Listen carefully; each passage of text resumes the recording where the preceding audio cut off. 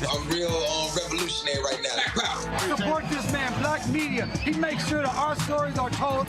Thank you for being the voice of Black America, Roland. Stay black. I love y'all. All momentum we have now, we have to keep this going. The video looks phenomenal. See, this difference between Black Star Network and Black-owned media and something like CNN. You can't be Black-owned media and be scared. It's time to be smart. Bring your eyeballs home.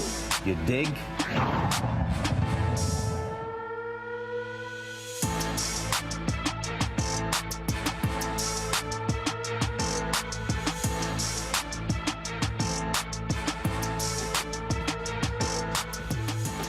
It's Monday, December 5th, 2022. Roland Martin Unfiltered, broadcasting live from Hinesville, Georgia. We're streaming live on the Black Star Network. Of course, we are 1 day away from voting in this state to determine who will be United States Senator for the next 6 years. Will it be Senator incumbent Raphael Warnock, or will it be Hershel Walker? Massive number of people voting all across this state. More than 1.8 million folks have already voted early. Based upon a breakdown of the numbers, Democrats are doing very well. Republicans, of course, turn out very much on Election Day. Rain is in the forecast tomorrow all across the state as well. We'll talk about what will happen. Also, in about an hour, Senator Warnock will be holding his final rally before the vote tomorrow as well. We'll go live there and show that for you as well. Yesterday, we were in Savannah. Congresswoman Sheila Jackson Lee, D. Nice, as well as Bishop Vashti McKenzie were here traveling all across the state. We'll show you what took place at a restaurant here in Savannah. Also, why are black students at private schools in Georgia not able to vote using student ID? We'll explain that. Also, we'll talk about the Atatiana Jefferson story out of Fort Worth. The cop who killed her finally goes on trial. Also, a grandmother is attacked by SWAC in Colorado. We'll tell you that story as well. And Deion Sanders leaves Jackson State for Colorado. A lot of people are very upset by that. I'll share my thoughts on Deion leaving JSU to go to the Power 5 school of Colorado. It's time to bring the funk on Roland Martin Unfiltered on the Black Star Network. Let's go. He's got it. Whatever the miss, he's on it. Whatever it is, he's got the scoop, the fact, the find. And when it breaks, he's right on time, and it's rolling. Best believe he's knowing. Putting it down from sports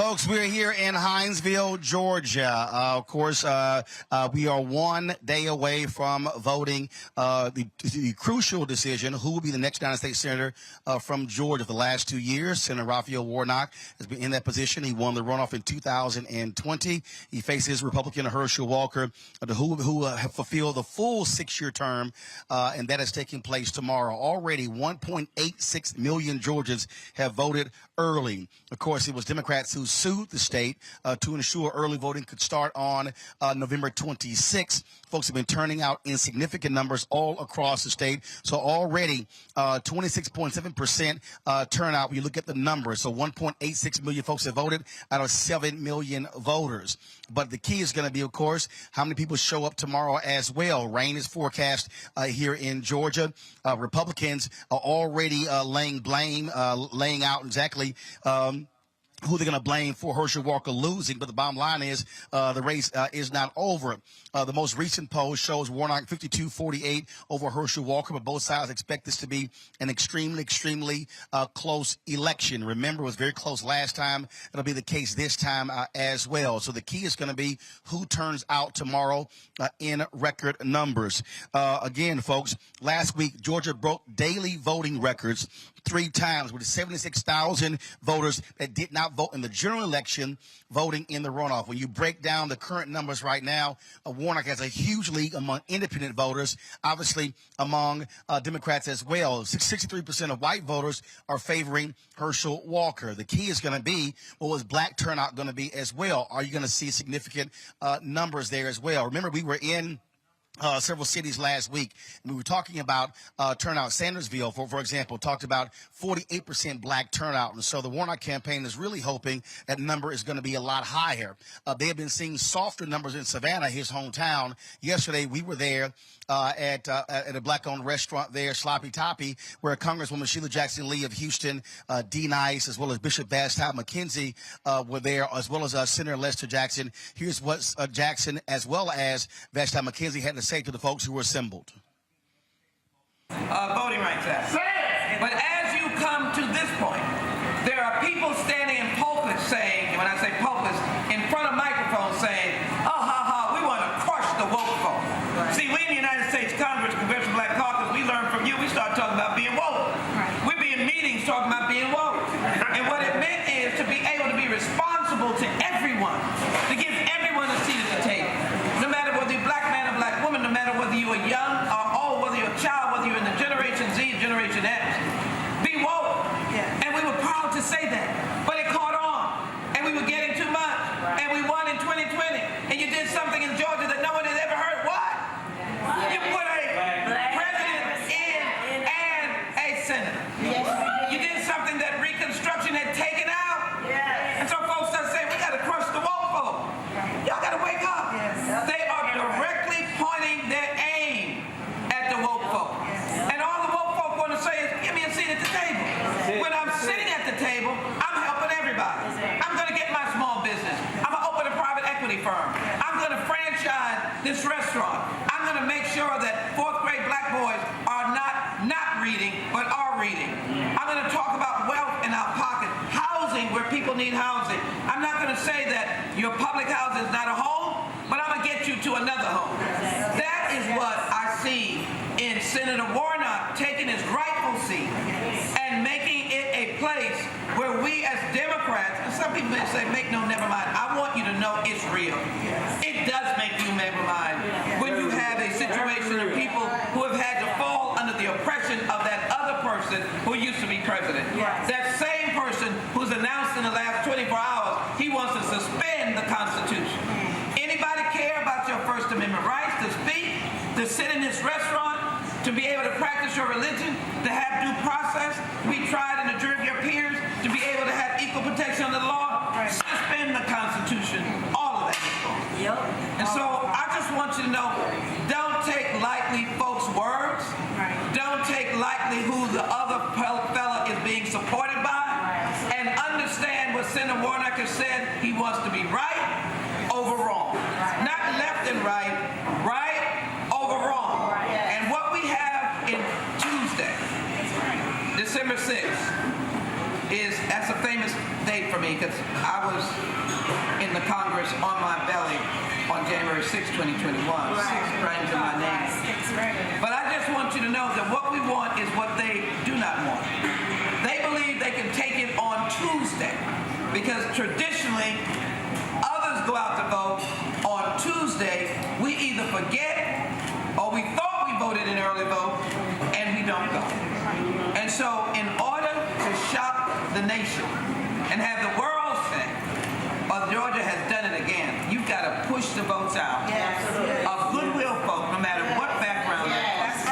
You've got to push them out to get out and vote, and to vote right over wrong, and to vote for a man who has believed in lowering your health care costs, believes in social justice, believes in climate, believes in all Georgians sitting at the table of empowerment, ensuring that if you are any race, color, or creed, and you're woke because you want change and you want the impressionable people of all Z's and X's to be at the table of empowerment, no matter where they come from, then you're going to vote for Senator Raphael Warnock. In Congress and the U.S. Senate, it's about religious leaders making a difference. It's about common people making a difference. It's about foot soldiers.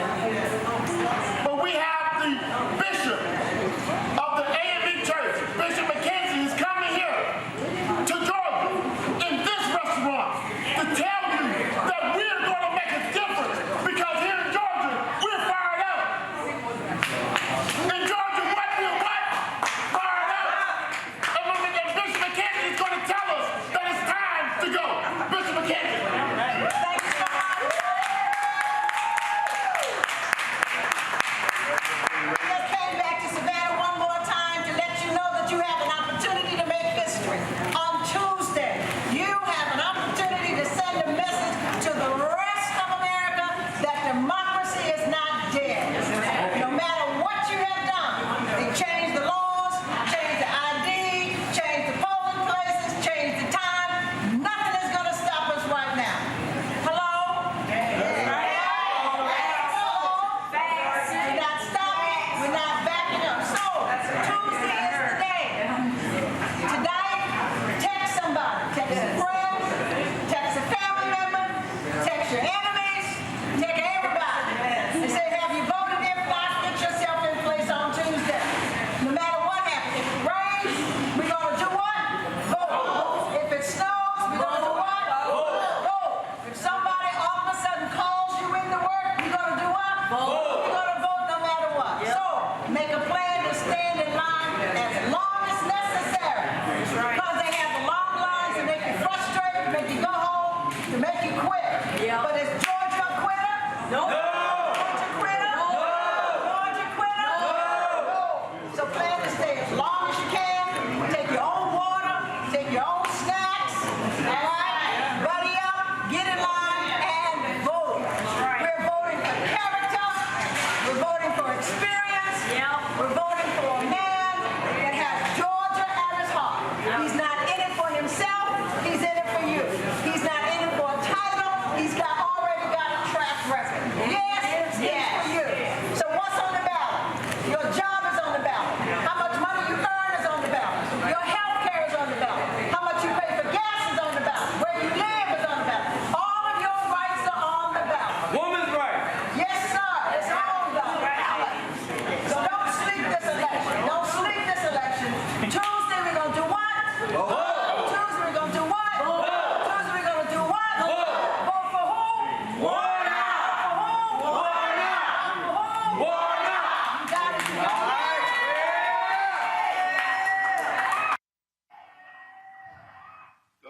Joining us on our panel, Dr. Julian Malvo, of course, Dean of College of Ethics Studies at California State University, LA, Dr. Amakongo Dabinga, Professorial Lecturer, School of International Service at American University, and Georgia Representative Renita Shannon. Glad to have all three of you here with us in Hinesville. Is Al Williams, also a Georgia State Representative, Donald Lovett, Chairman of the Liberty County Georgia Commission, and Stephanie Jones-Heath, CEO for Diversity Health Center. Representative Shannon, I want to start with you. You already see Republicans trying to craft a narrative.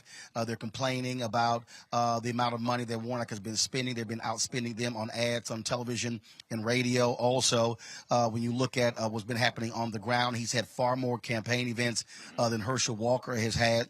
And so they're already blaming Senator Rick Scott and the NRCC, the whole back and forth between Mitch McConnell, and also Governor Brian Kemp did not appear with Herschel Walker at any campaign events to close this out. And so they're already trying to establish, and I saw one story where they said basically we're hoping and praying there's a victory, but they're predicting it is going to be a loss. But what I keep telling folks, the only way to guarantee they lose is to vote.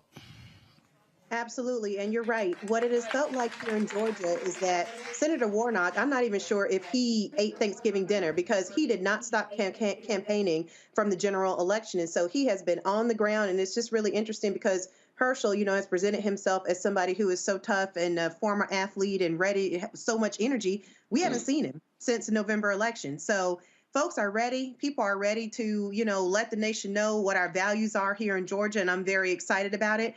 To your point, Republicans, of course, are blaming anybody that they can for this loss, but they're doing something that they always do, which is a repeat pattern, and that is doing everything except figuring out ways to get new voters. They have gone from, instead of talking to folks and trying to figure out a way to increase their base, they have moved forward with voter suppression over the last several decades. They have now moved forward to, blaming different folks for, the loss of this race. But the thing that they never seem to take a look at is what they need to do to increase their base. What you're seeing on Congo, a lot of people who've been coming in over the last 4 days to assist Senator Warnock tonight at the 7 p.m. event. Israel Houghton is going to be doing a concert. He's been hitting several different places.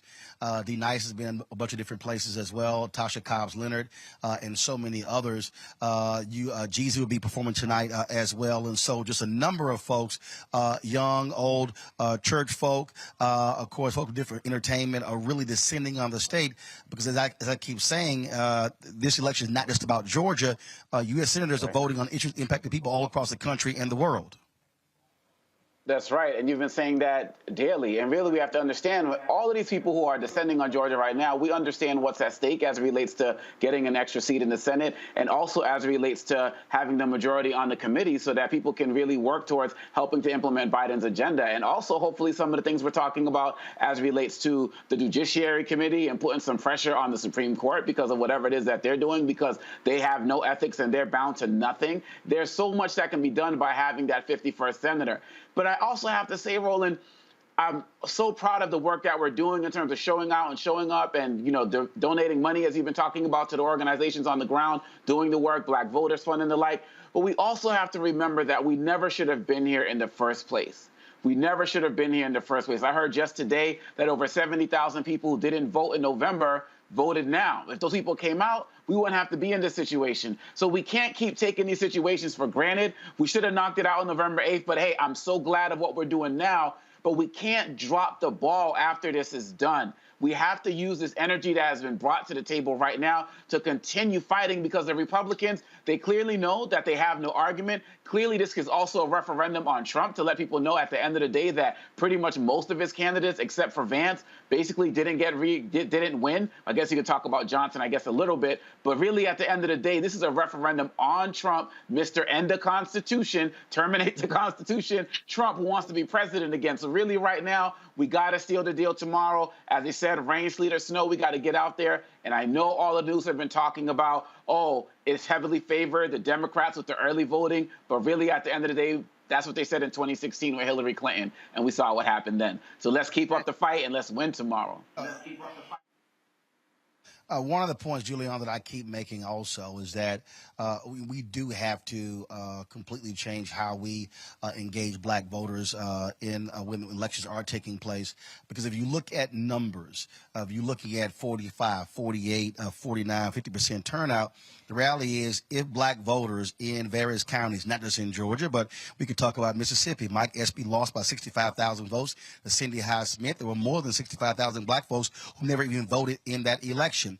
if black folks vote at 75% of our numbers, we actually can blow folks away all across the country.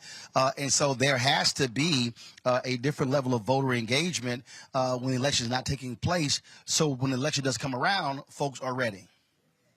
You know, Roland, what has to happen is there has to be a new conversation with the Democratic Party. The fact is that the Democratic Party ignores us until the last minute. We get our voter engagement organizations like Melanie's Black Civic Participation, Latasha Brown's, some of the others. They get in there. They're doing the work that the DNC needs to be doing. We raise the money for them. All of us have written checks, sent it via email. But the DNC has not necessarily funded this. The Democratic Party is addicted on ignoring black people. And if the Democratic Party paid enough attention to black people, we would have the Democratic majorities we need to implement not the Biden agenda, but the people's agenda. But the fact is that we've talked about it time and again. The Democratic Party is not passionate about black people. And so when you see the votes that are left on the table, the 77,000 there, you look at Mississippi. I was talking to some people in Mississippi this morning about the water crisis and the Republican governor who continues to disrespect the Democratic mayor of Jackson, Mississippi. So now DOJ has come in. But had we had black senators in Mississippi, had SB 1 as opposed to the hanging lady, we would have had a different situation in Mississippi. So Democrats need to get up, smell the coffee or whatever they want to smell, the marijuana, smell whatever they need to smell, and figure out that their base needs to be cultivated just like any other base needs to be cultivated. But see, here's the point, though, that I keep making. We can't put that in the hands of a party. And what I'm saying is it's our interests that are at stake. And so, Renita, that's the fundamental problem that I have. Look, what Black Voters Matter has done is said we're going to be 365 days a year. That's what we're talking about. You know, we've got to have civic engagement classes. We've got to be able to walk people through basic understanding of politics. If you leave it up to a party, then you're actually leaving your fate in the hands of somebody else. The party is the outcome of the election. Look, Democrats and Republicans run. What I'm saying is black organizations, political organizations, black social organizations, Divine Nine, Prince Hall Masons, Eastern Star, Links, we can go on, church organizations should be asking themselves what exactly are they doing to teach and engage black voters. This is not a party conversation. This is a black people conversation. Well, it's actually both, because to Dr. Balvo's point, the Democratic Party, has influence on these elections, and you will hear more about this, I'm sure, in the coming months. But even sometimes when you have black candidates who are stepping up and talking about black issues, you will have the Democratic Party saying, don't make the ticket too black, don't support black candidates. Like, you have issues of the Democratic Party pushing back against Democrats showing true passion for black voters, black people, and black issues. So you do have that on one side, and it does have an effect, because they are having a negative impact on us winning elections, because those are the issues that we need to be talking about, because we know that we can only consistently count on black voters to win elections for Democrats. But to your point, Roland, of course, the community organizations, we would love for more of them to step up and to assist. But we need both of these things working. It cannot be one without the other. Congo. Yeah, I think that really at the end of the day, if we don't understand now that these Republicans are never going to stop, they never stopped with their voter education. Yeah, if they had the wrong candidates, but if they had the right candidates, who knows what's going to be happening as it relates to the voter turnout. So if we don't understand now that this is a 24/7 activity, we're not going to, I remember when you were talking about, what was the other race where there wasn't even fully engagement with students at these HBCUs, really, at the end of the day. And so we got a new group of voters that are going to be coming up between now and 2024. How many young people are going to be out there who are going to be of voting age? If we don't spend the time daily using our social media, using all of the platforms that we have for voter education, like I said, my daughter's going to be voting in this next election in 2024. I'm excited about that. These elections, especially with the Republican Party being as divided as it is, 2024 is ours to lose. It is ours to lose. So if we get into this habit now of just saying if Warnock wins tomorrow, that, we're going to be good until, say, like what?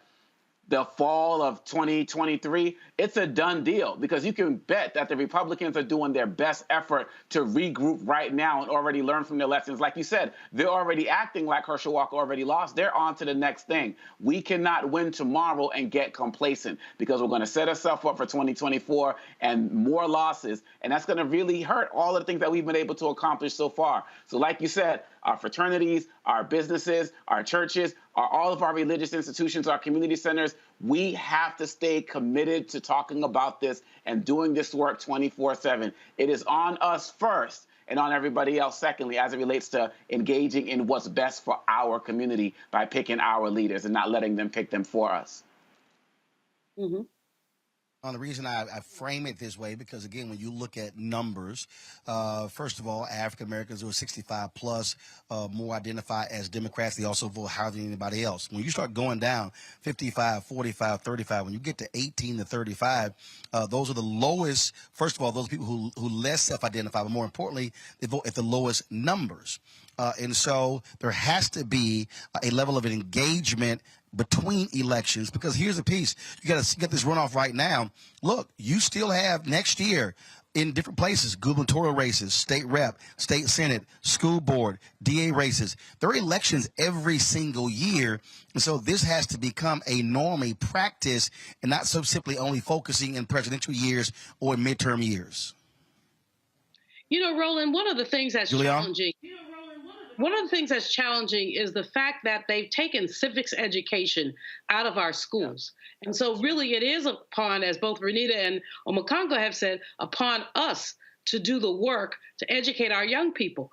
Once upon a time, I mean, when I was a kid, but that was in the old days, we had civics. And then some of us remember the voter rock, it was a bill, it was only a bill.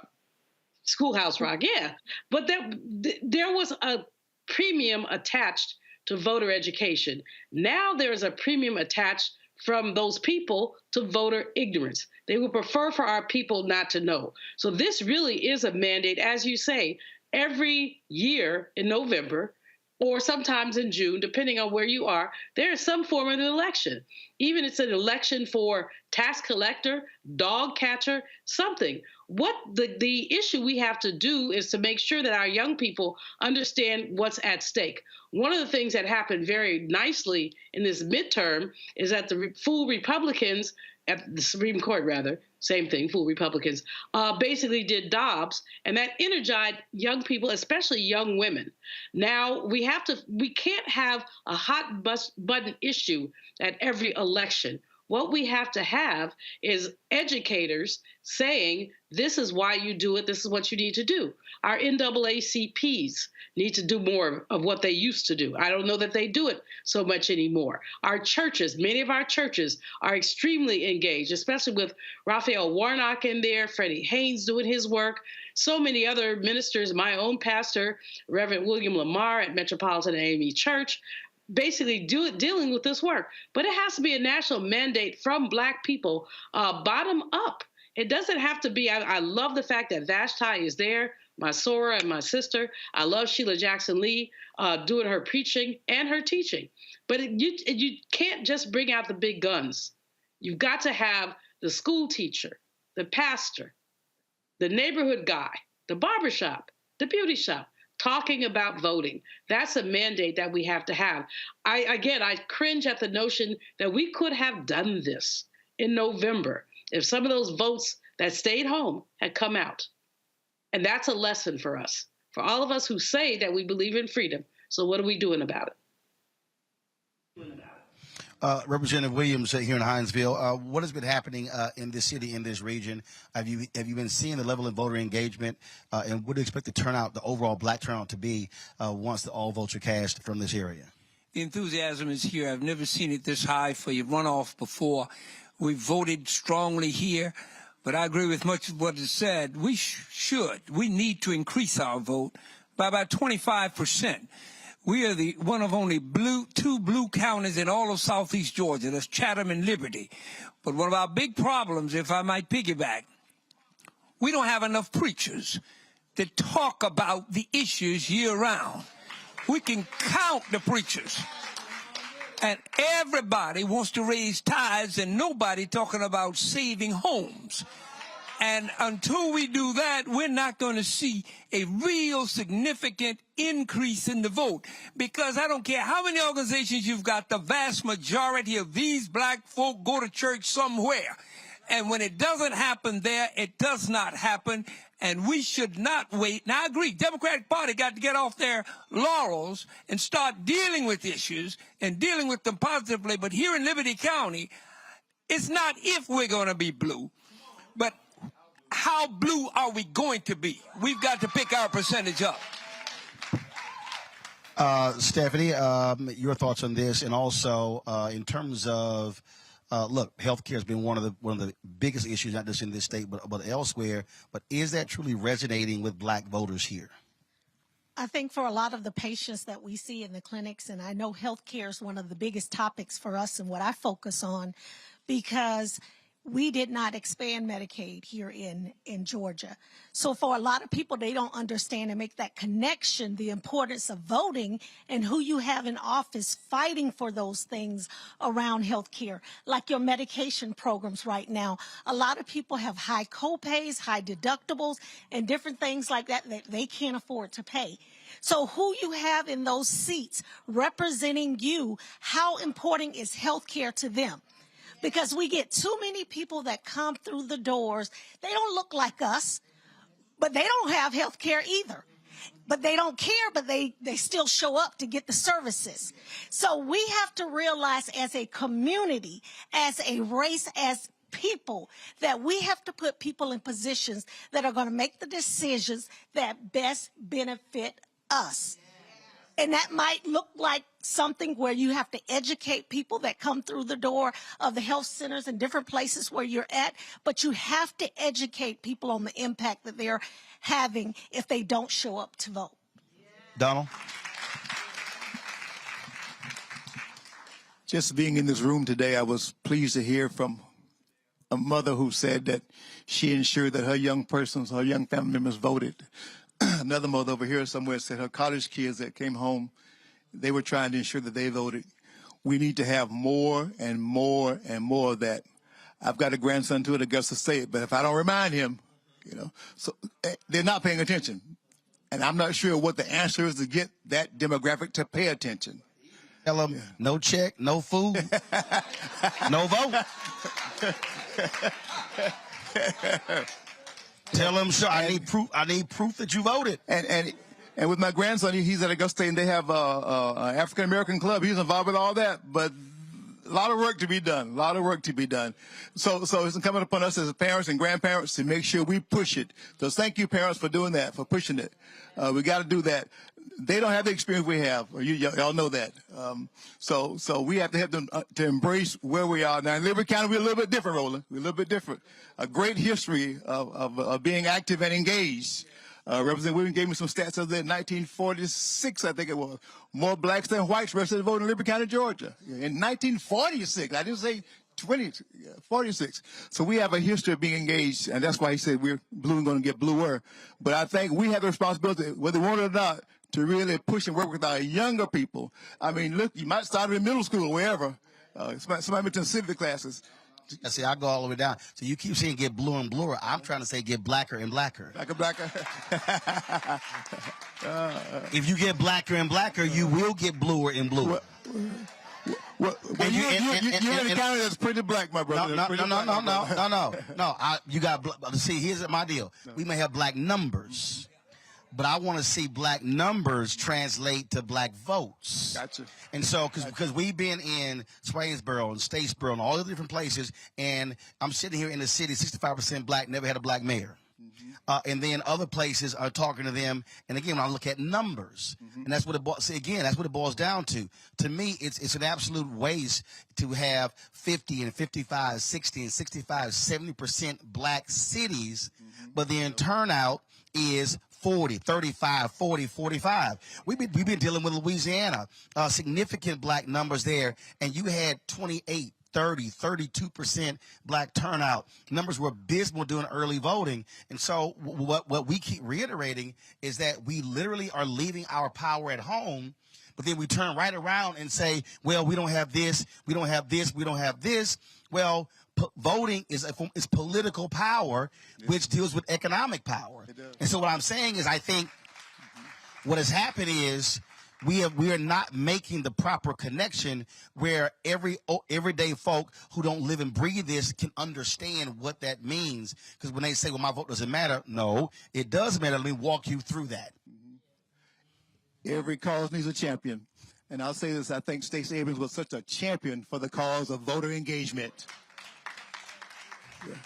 So we need Stacey to go out into Mississippi, highways and byways, and do that civic engagement piece. That is what's missing. But she was, that's her calling.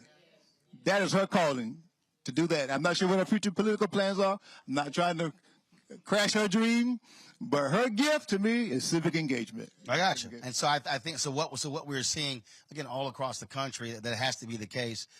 We have to have that level of engagement. I told y'all last week in Texas, 75% of voters under 30 did not vote in the Texas election. 75%. Well, if you're the largest demographic in the country, those under 30, then that can totally change an election. And so that has to be top of mind. Got to go to a break. When we come back, we'll talk more about what's happening in Georgia. Also, we'll talk about the issues, but also we'll deal with Deion Sanders leaving Jackson State. We were there at the SWAC championship on Saturday. We'll hear from the president of Jackson State, also Mayor Chokwe Lumumba. Just to chat with him as well. And then I'll share my thoughts on Deion leaving. A lot of people are upset. A lot of conversation on social media. Folks calling him a sellout turncoat for leaving HBCU for predominantly white institution. And so, I got a couple of things to say about that. You're watching Roland Martin Unfiltered on the Black Star Network live from Hinesville, Georgia. Back in a moment.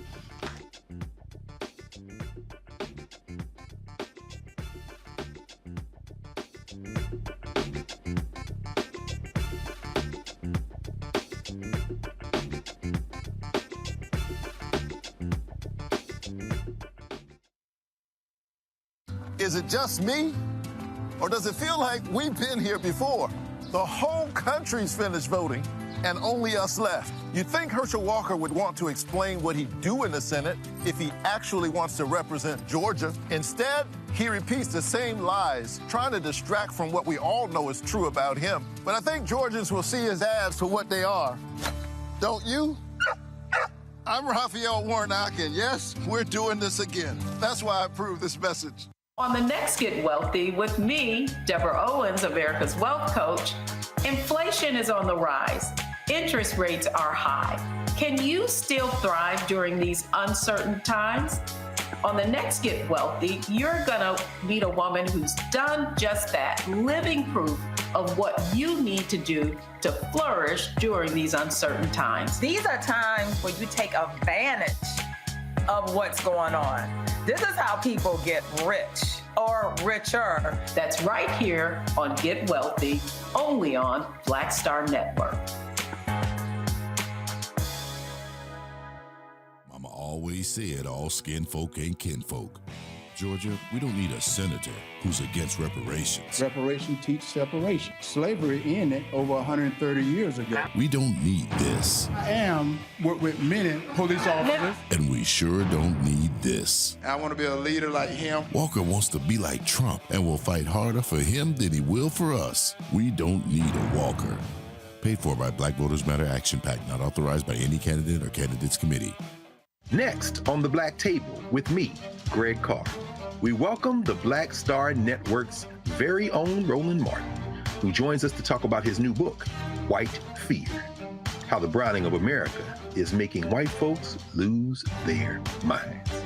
The book explains so much about what we're going through in this country right now, and how, as white people head toward becoming a racial minority, it's going to get, well, let's just say, even more interesting. We are going to see more violence.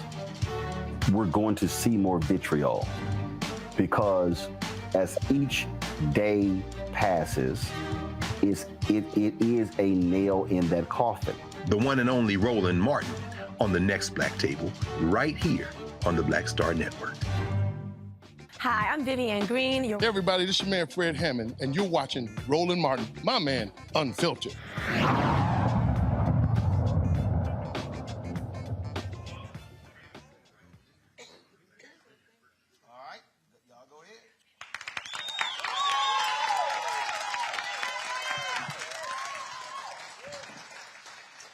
All right, folks, welcome back to Hinesville, Georgia. We were in Jackson, Mississippi on Saturday, where Jackson State University completed an undefeated season, beating Southern University 43-24 in the SWAC championship.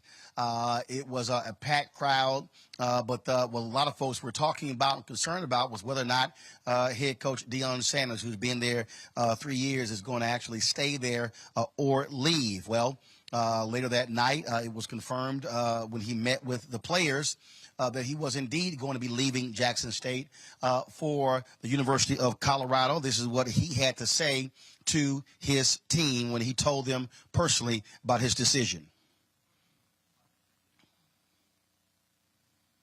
Okay, down for the nitty-gritty. I know y'all been hearing the rumors and everything that's been transpiring around about my whereabouts and what I'm going to do. And I like for y'all to hear it from me and not from anyone else. It is what it is. Either in coaching, you get elevated or you get terminated. Ain't no other way. You either elevated or terminated. And it ain't no graveyard for coaches where they die at the place. It don't work like that. They either gonna run you off or you gonna walk off upon your own recognizance. I've chosen to accept the job elsewhere next year. I'm gonna finish what we started. We're gonna dominate. I'm gonna be here to that end and that conclusion. And then when that conclusion, we will move on. Now, what I don't want you to do is thinking something is better on the other side in regards to some of you. I would like to have the opportunity to meet with some of you so you don't go and jump in the portal and you die in the portal. I don't want that to happen because some of y'all thinking it's simplistic like that, and it's not. That portal will be loaded on, is it Monday, fella? Yeah. Monday. Portals opens, be loaded, and they're gonna call and they're gonna ask, because that's what we've done for some of y'all when we were trying to acquire y'all. We called and we asked your coaches, and when we knew what kind of character, what is it, and I don't want you thinking since you have the Jackson State awards on you that people are just gonna flock to you and they're gonna lace you like that. This is one of the best universities, I believe, certainly in FCS, that you could have an opportunity to play at because of all the bells and whistles and these particular things that we've brought here. And I'm trying my best with this wonderful gentleman to help choose this next guy for you. My recommendation goes to TC. They know how I feel about TC. I want TC, and several of the staff members are going to be retained here, but that's mine. I would love for someone in-house because I don't really know how y'all would act with somebody outside the house coming in to really not understanding how we function and how we get down. So that's my recommendation. So let's clap it up for TC. Hope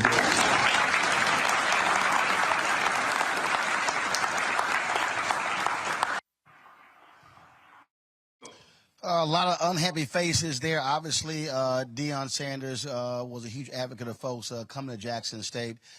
He's faced a lot of criticism out there on television and radio and social media, some praising him, saying he should have left, others really upset. He actually addressed the issue at his news conference at Colorado about that very question in terms of his blackness. The thing that alarms me the most is just because I'm leaving Jackson, they think that I'm leaving African Americans. I don't know if you noticed or not, but I'm black. I can never leave who I am and what I am and how I am and how I go about being that. So it is still my task to look in that locker room and see 65 to 70% of African American men trying to help them get to the next level, as well as all the others. My calling is for young men, young women, and people of all walks of life, all social climates, and all ethnicities. That's my calling. My calling is not built on a location.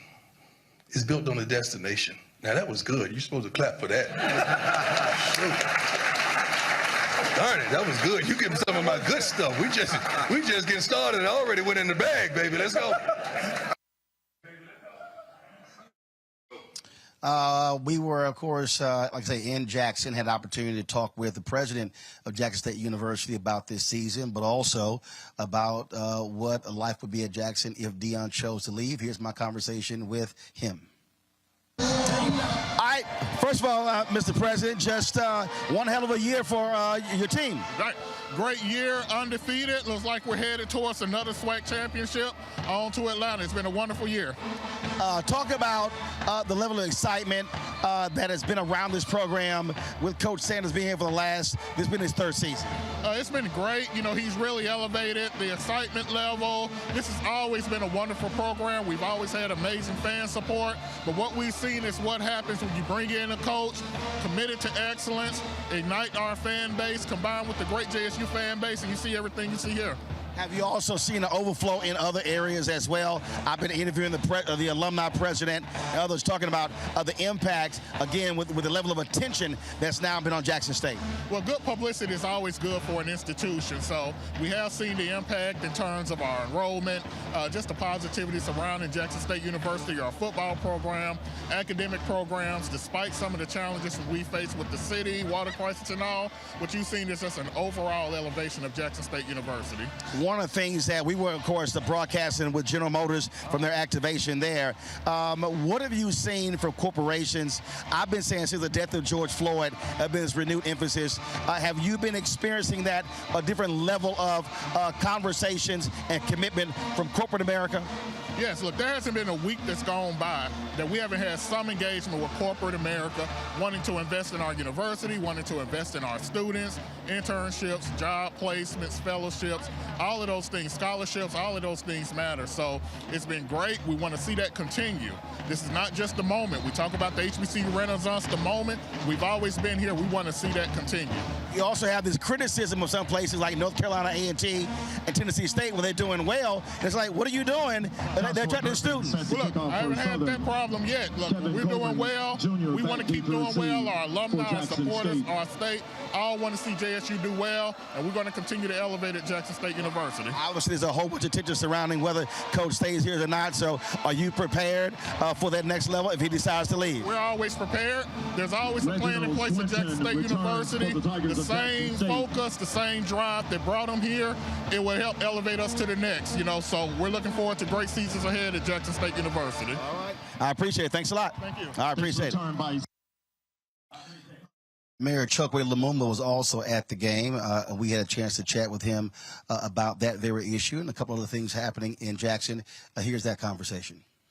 All right, Mayor, talk about just what this undefeated team has meant for this city. Yeah. Well, it's not only a sense of pride, it creates a sense of place in our city, an atmosphere, an experience that people want to come near and far to see.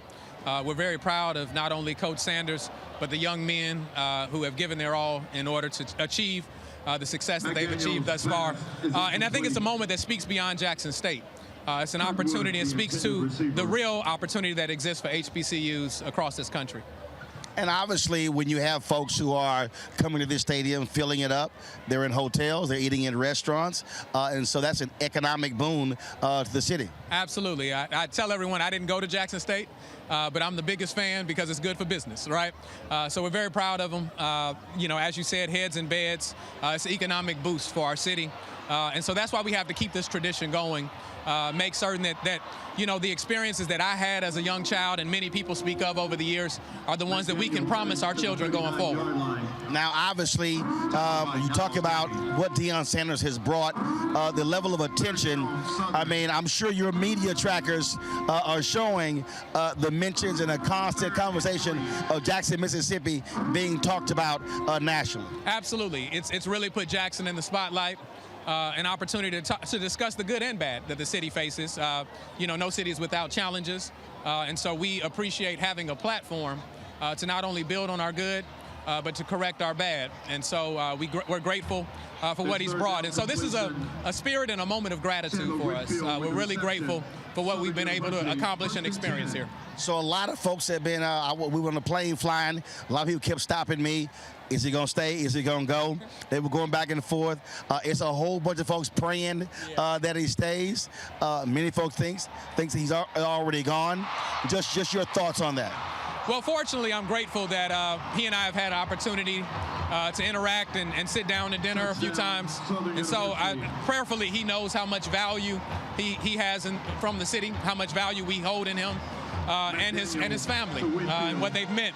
I don't know any more than the next person as to what his decision is, and I respect the fact that it's a personal one, but he does know that we loved him first, right? We continue to love him, and so hopefully they walk away with that understanding. And as I said, it's a spirit of gratitude, no matter what choice or what direction he goes in. We were talking about, obviously, economic impact, but also just talk about, a lot of people, I try to explain to folks, when you talk about an HBCU in a city, it's not just the university. Just like for me at Texas A&M, it's also, for me, that's in College Station, the impact it has on the entire city, on the entire region. Absolutely. As I said, Jackson State University, Jackson State athletics creates a sense of place. It's not only a game, it's an experience. Anyone who's been to an HBCU game is well aware of that. Just as many people stay to watch the halftime show as does for the actual 4 quarters of play. And so, we're happy to have this institution. It's an institutional asset for the city of Jackson, not only in what it provides in this experience, but in so many ways in terms of helping us resolve the issues we have across our city. I will ask a political question. You got a pretty good decision by a federal judge when it comes to your water issue. Absolutely. I'm grateful that we've been able to work hand in hand with the EPA. It speaks to the leadership. Another young brother who's an HBCU grad himself. We've had an opportunity to have honest dialogue and discussion to talk about that the solutions for Jackson require a deviation from the EPA norms that we know. And so I believe that they've really set a tone of support, a tone of not just looking at the issues and the regulatory functions of the EPA, but a tone of how do we help communities who suffer from environmental racism, issues of environmental justice. And I think that there's more in the very near future to be shared on that end in terms of what that partnership will reveal. All right. Mayor, I appreciate it. Always good to see you. Likewise, my brother. Always good. Always good. Appreciate it. Thanks a bunch. All right, be well. All right. Joining us now is Scotty from Off Script TV. Scotty, glad to have you. Man, if you look at the reaction, it has been fast and furious, hot and heavy since Saturday night. First off, there were, I saw a lot of people, they were blasting Deion, saying, how dare you skip out on black media. First of all, we were standing literally right there. Coach Dooley was actually still doing the news conference. Deion came up to the door, opened the door. They said Dooley was still going. And they said, hey, come back later. He then said, well, I'll try to make it back. And then he sent word that he was going to be addressing his team. And, of course, he flew off up to Colorado. And so for the people who are out there commenting who were not even there, I was. And I saw with my own eyes. My team heard it with our own ears. So just understand, y'all know what y'all talking about. But Scotty, talk about just the vitriol that folks have right now for Deion Sanders in the state. Oh, it's bad. I'm talking about, you would think that he stole something from your grandmama's purse. It's so bad. But what happens is the flipping of the situation. What bothers me is how just 2 or 3 days ago, he was everything. On my channel, I call him Jesus Christ Jr. because that's how people look at him. But now you would think he was a used car salesman that sold you a lemon, and now you're looking to take it back, and he won't accept it. Deion has done so much for Jackson, and they're still wanting more, and he was doing jobs that he wasn't even entitled to do. Like he wasn't even put in place to do. He was the commissioner, he was a mentor, preacher, and now all of a sudden when he does something for him to elevate his profile, do something for his coaching staff so they can have, you know, life-changing money going from $60K to maybe $150,000 or $300,000. Now he's considered the bad guy. I just don't understand it.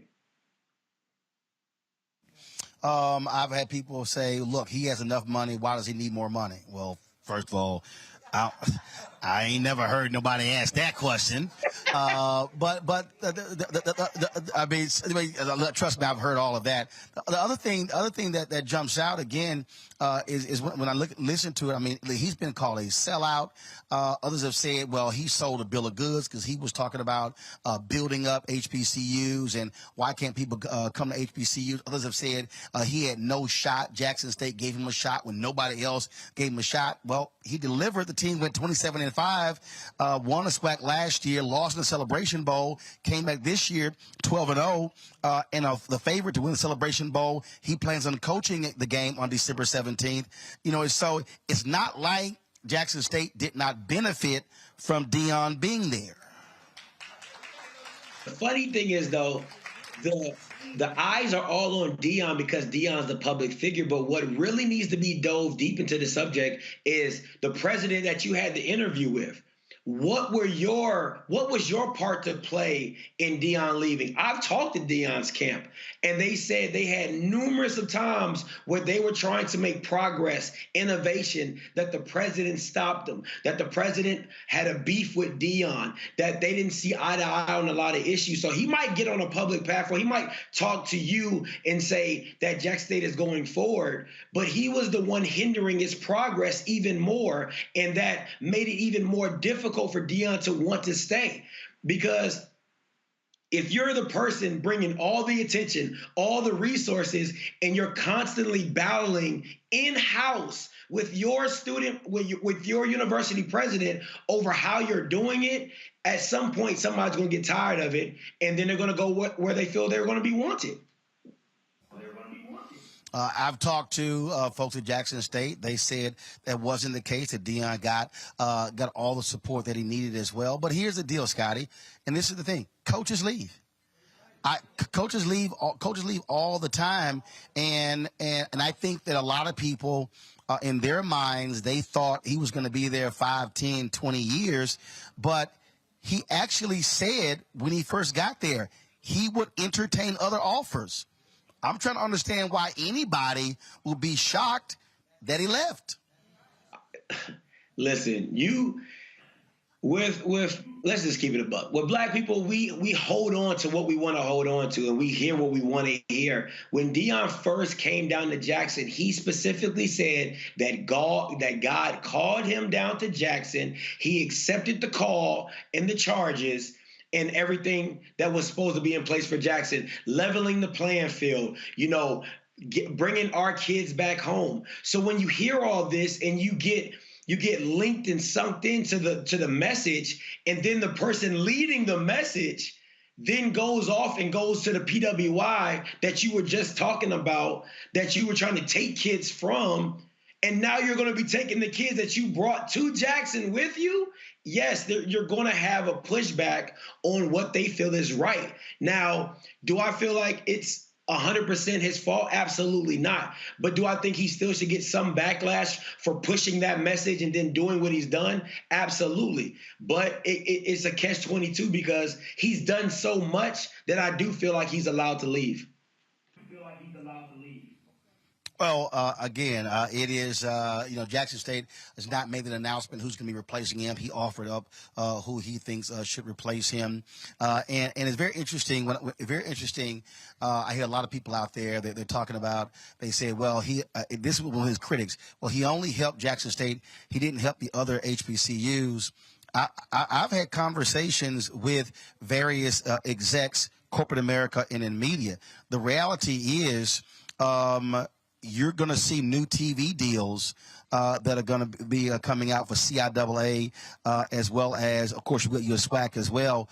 Other HBCUs have been helped. So this notion that it only helped at Jackson State, that's actually erroneous.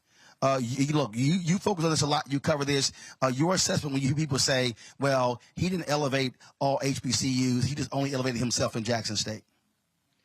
It's like if you're in a family, right, and you have cousins, but your mama makes a lot of money and the other mamas don't, like the other cousins' mamas don't make money. It's like we're not getting what you got. We're getting what we need, but we're not getting what you have. And that's the problem that a lot of SWAC schools have, is that they're comparing what they have to what Jackson had. Well, they have Deion. So Deion's always going to bring more to where he's at than where you're at. But there was a huge trickle-down effect to everybody that was touched by Jackson or in the SWAC realm of coverage. I'm talking about, sellout crowds, ESPN2 games, better recruits coming to your school. Deion can't get everybody. You see what I'm saying? So now you have kids wanting to go to HBCUs because Deion's put a spotlight on them. And now you have that. You have a lot more scouts coming down to your games and going to your practices. Like, it wasn't to the extent of what Jackson has, because not everybody got a new practice field, not everybody got a new players lounge, but there was residue effect from the exposure that Deion did bring to HBCUs, and to say that there wasn't is a flat out lie. Then, of course, the question now is, if you are a coach in the SWAC or an athletic director or the other conferences, the question is, what do you now do? So, for instance, Dwayne Johnson, The Rock, he held an HBCU tryout on Jackson State campus for the XFL. I think 20-plus HBCU players were drafted. Well, yes. Here's the question. If you're the new Jackson State head coach, do you go after that now? If you're Eddie Robinson Jr., you keep saying that you're SWAC and Deion wasn't. Okay, are you now going to step up and be the face of SWAC? The other conferences, are you going to have better social media presence? Are they going to be more engaged? I mean, look, the reality is, if you're any one of these other HBCUs, if I'm Florida A&M and you only lost to Jackson State in the last couple of years, if you're Florida A&M, you should right now be campaigning for game day to be at your campus next year like they were at Jackson State. I just think the problem I have are all these folks who are operating in mourning as opposed to understanding that tomorrow is a new morning. It's hard because when you feel like your leader has deserted you, that's all you're going to be focused on, and what you don't have, and not what he's given you, nor what he's taught you to go fish on your own and make your own meal. And that's for Jackson as well as for other SWAC institutions as well, especially the commissioner. If anybody should have been sitting at the foot of Deion, should have been the commissioner of how he's been so well to market, how he brought in American Airlines, how he brought in, the Walmart deals and Geico and all that, and I mean the Aflac deals that he had. That's what you try to learn and try to instill so you can get those same amount of deals coming into it, because to act like the SWAC does not have its own brand, that it doesn't have its own network of people watching it, and that the black dollar is powerful, is a disservice to everybody in the SWAC. And if you think just because you lost Deion, you lost the rest of that, that's foolishness. Scotty, we appreciate it, folks. Subscribe to Off-Script TV, his YouTube show channel. You definitely want to check it out. Scotty, thanks a lot. I appreciate it, bro. Before I lay down my commentary on this, I want to give Omakongo, Renita, and Julian an opportunity to respond. Julian, you're president emerita of Bennett College. Just your thoughts on all of this discussion around Deion leaving Jackson State for Colorado. Well, he certainly has a right to make personal decisions, and his salary is going to bump up exponentially. So at some level, I don't blame him. On the other hand, he came in from 300 Julian, 1 second. Julian, it's going, yeah. So folks understand, it's going from 300,000 a year at Jackson State to $5 million a year at Colorado. Go ahead. I'll say it exponentially. Now, so he has a right to make those personal decisions, and of course, we have to support those and say, "You go, brother." At the same time, I'm disappointed in a number of things, especially him leaving. He brought Jackson State such visibility, so much, not only as your interview with Mayor Lumumba said, also the city of Jackson, which is not in the best shape these days. So, there's a pride for him. No African American has led a place like Colorado, and he has opportunities, but there's also the sadness. And then there's an implicit message that being the coach of a trifling PWI is better than being the coach of a winning HBCU. So we're sending our students, our young people, mixed messages. Now, as your previous guest said, there are a whole lot of questions we don't know the answers to. What did the president do to keep the brother there? Could he have sweetened the pot? He couldn't give him the $5 million, but maybe he could have given him one. There are just a bunch of questions asked, but it's always an issue in HBCU land to talk about what we do, where we are, how we fit in with a greater higher education space. And, at the end of the day, I'm sad, but I have to say, go Deion. Now, if the brother can't do it in Colorado, we all go say, But, I think that he has opportunities, and I hope that the president at Jackson State will follow his recommendation on who follows him and makes it more tenable for the next person to excel as well. First, let me say this here. He's replacing a black coach.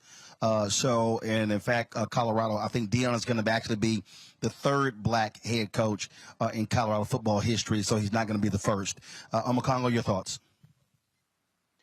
I think that too many times in our community, we find ourselves looking for a savior. And even outside of the sports arena, when you look at what happens in the larger issues with the civil rights movement, for example, and sometimes movements end up dying when our leaders are taken away. When we take it down to something like to the sports level, I see the same thing happening.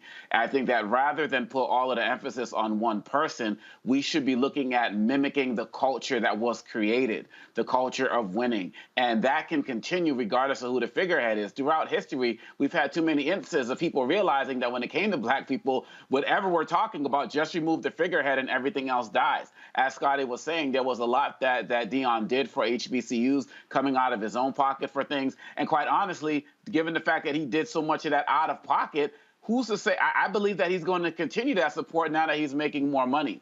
And so really at the end of the day, we have to understand that, first of all, when it comes down to this HBCU versus PWI type mentality, we have to understand that we're all in this together. There are many people who don't have degrees from HBCUs who support HBCUs to no end. So really at the end of the day, when I look at what Deion Sanders is doing, we spend too much time trying to tear people down, and we need to spend more time building people up. I am definitely not the person who subscribes to the idea that PWIs are better and all of that other type of stuff. But this is a brother who's making a move that's best for himself and for his family. And I believe he can still be a great representative of the culture. He's also going to a space where he's going to be working and mentoring and still coaching young black men as well. I believe that he did a lot to put HBCUs and sports and on the national spotlight in ways that haven't been done. And he lit a torch that many people who are coming after him should take and run with and elevate it to the next level. And I'm hoping that other former players of his type of caliber don't just see HBCUs as a stepping stone to these PWIs. I definitely don't want that to happen. But really, at the end of the day, if 2 seasons from now he started losing and he got fired, like you said, you're just going to die there, nobody would care about it. So I feel like when it comes to something like that, you got to do what's best for you. We got to stop looking for saviors and build on the culture that he created, because HBCUs are on the map in ways that they haven't been before. Look at what Michael Jordan's doing with Howard, what LeBron James is doing with FAMU, I believe. So there's a great opportunity for HBCUs right now, and we just got to take it to the next level. Renita?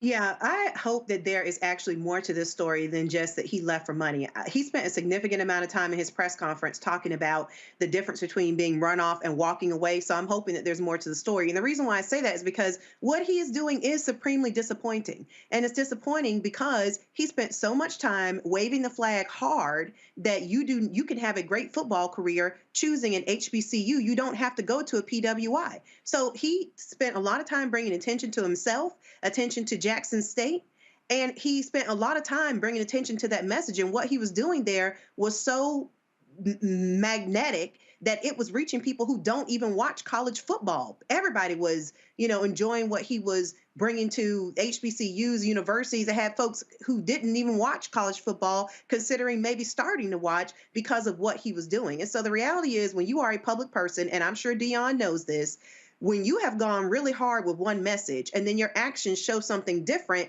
people are going to have criticisms for you. It doesn't work in politics, and it doesn't work being a public person. And Roland, I'll put it to you very, very, very directly. If people were to find out tomorrow that you don't vote, your viewers would have your head because you spend so much time talking about voting. And that is what is happening here, is that Deion ran that message so hard about not having to go to a PWI in order to have a great football career.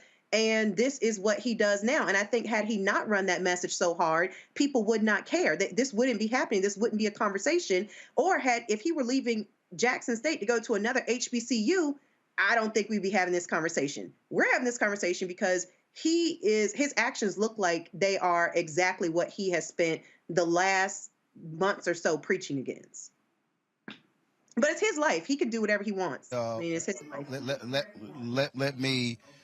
Let me share this. I've said this before. There are 107 HBCUs in the United States. There are 230,000 students that go to those HBCUs. 20% of those students are non-black. So that means about 195 or so thousand of the students at HBCUs are black students. There are 1.6 million black students that attend PWIs in the United States. Okay, 1.6 million versus 230,000 total students out of 107. Now, when I listen to folk who are angry and upset with Deion Sanders, I thought about one of my staffers who came to me, and she was scared to tell me that she was taking a new job. And she told me she was leaving, and I said, well, why were you scared? She said, I thought you would be upset. I said, I've never been upset when somebody left. I said, and the reason I've never been upset with somebody left, because I always know no matter who you are, you can be replaced. I said, the only person that cannot be replaced is me, because I own it. Now, let me explain that. I don't get upset when somebody leaves. I've never gotten upset when the pastor left a church. I've never gotten upset when the editor of a paper or a place left. I've never done that. Because the reality is, what I understand is, no institution dies or survives based upon one person. Now, the issue is not an institution dies when a person leaves. An institution dies when the new person comes in and does not handle their business. Now, so for folk, again, who need to understand this, okay? What we need to understand is this here. It's a whole bunch of black people right now commenting about Deion Sanders leaving in an HBCU, and not now one of them worked for a black-owned company. It's a lot of people who are commenting about Deion Sanders leaving who don't live in black neighborhoods. It's a lot of people right now who are commenting about Deion Sanders being a sellout when it comes to leaving Jackson State, and they made no affirmative decision to actually buy black. Now, see, it's real easy to focus on Deion, but not look at yourself and what you were doing. And so that's what gets me when people are upset. Now, what folks also have to understand is everybody ain't built the same. I understand. When I was at CNN, they asked me to leave the Tom Jordan Morning Show, to leave TV One, and all my books and my speeches, and I said no. I said, I'm not leaving my black stuff. Y'all haven't given me a daily show. You haven't given me the higher salary, so I'm not going to leave my stuff on an impossible promise. I had a lunch with John Klein. John's a great guy. It was in 2009. He was the president of CNN US. He asked me, when are you going to get done with all this other stuff, TV One and Tom Jordan? And I said, well, you gonna give me a 5-day-a-week show? There was no response. I said, well, I ain't leaving. Well, the next year, John Klein gets fired at CNN.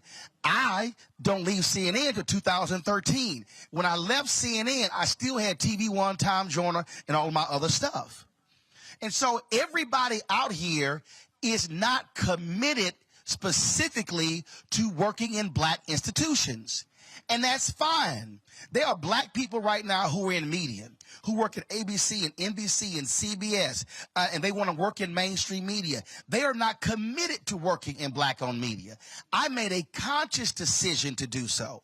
Now, Deborah, you look at Robin Roberts. She's making $20 million at Good Morning America. When you look at Al Roker, when you look at so many other different people, they're making multiple millions, and that's fine. I made a different decision in terms of what I wanted to do with my life. And so understand that's the case. And so, Renita, you're absolutely right in terms of what Deion said and what he was saying. But also, it's also incumbent upon us in black institutions to also make decisions as to how we lead them. So let me give y'all an example. I didn't leave the Chicago Defender because CNN called me. I left Chicago Defender because the folks who own the Defender wanted the paper to be a small community paper. That wasn't my vision. I was trying to make the Chicago Defender into the nation's leading black media organization. They didn't want that. I said, I got to go. Now, understand, for 20 years, the Chicago Defender lost money. It was a bad paper. It was called the Chicago Offender. I get there, we lose money my first year, make a profit my second year, make a profit my third year. Now, when I leave, the paper goes down after I leave. That ain't my fault. That's the folk who still own it and run it. And so, the challenge right now for Jackson State or for every SWAC school and for every HBCU is not to decry Deion. What you should be now saying is, who's going to be our new leader? What's the plan of action? And so I never thought Deion was going to stay at Jackson State 3 or 4 or 5 years. The fact that he stayed 3 years is also surprising. And so the fact of the matter is, what we've got to learn to do in black institutions is to, on Makongo's point, stop sitting here looking for the savior, but also let's create multiple people who understand what we're doing and also what we're trying to build. Now, let me make this point as well.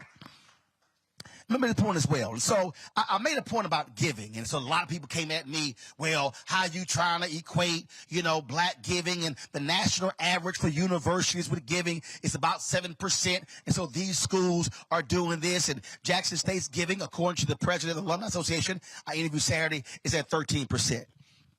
Then I had a brother who hit me up and he said, black students have a higher student debt ratio to white students, so therefore we can't afford to give. Okay, so let me walk through that. So I'm confused right now. So we say on one hand that HBCUs have been historically underfunded. Then we say we don't get the corporate support. So we don't get the corporate support, we don't get the state support, because again, for state HBCUs, but your private HBCUs. So when I said that we should be, if you're going to be upset with 87% of Jackson State alumni that don't give. Be upset with 95% of Florida A&M alumni that don't give.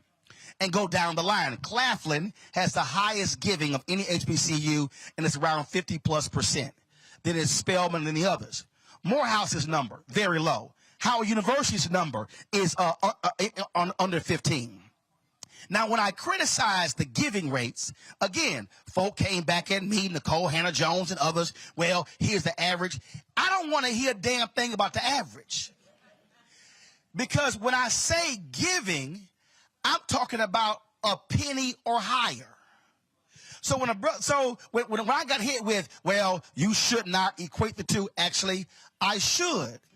How can we, as black folks, be angry at Deion by saying he turned his back on an HBCU by going to a PWI, when we as black folks on a daily basis literally drive right past black businesses and give our money to white businesses?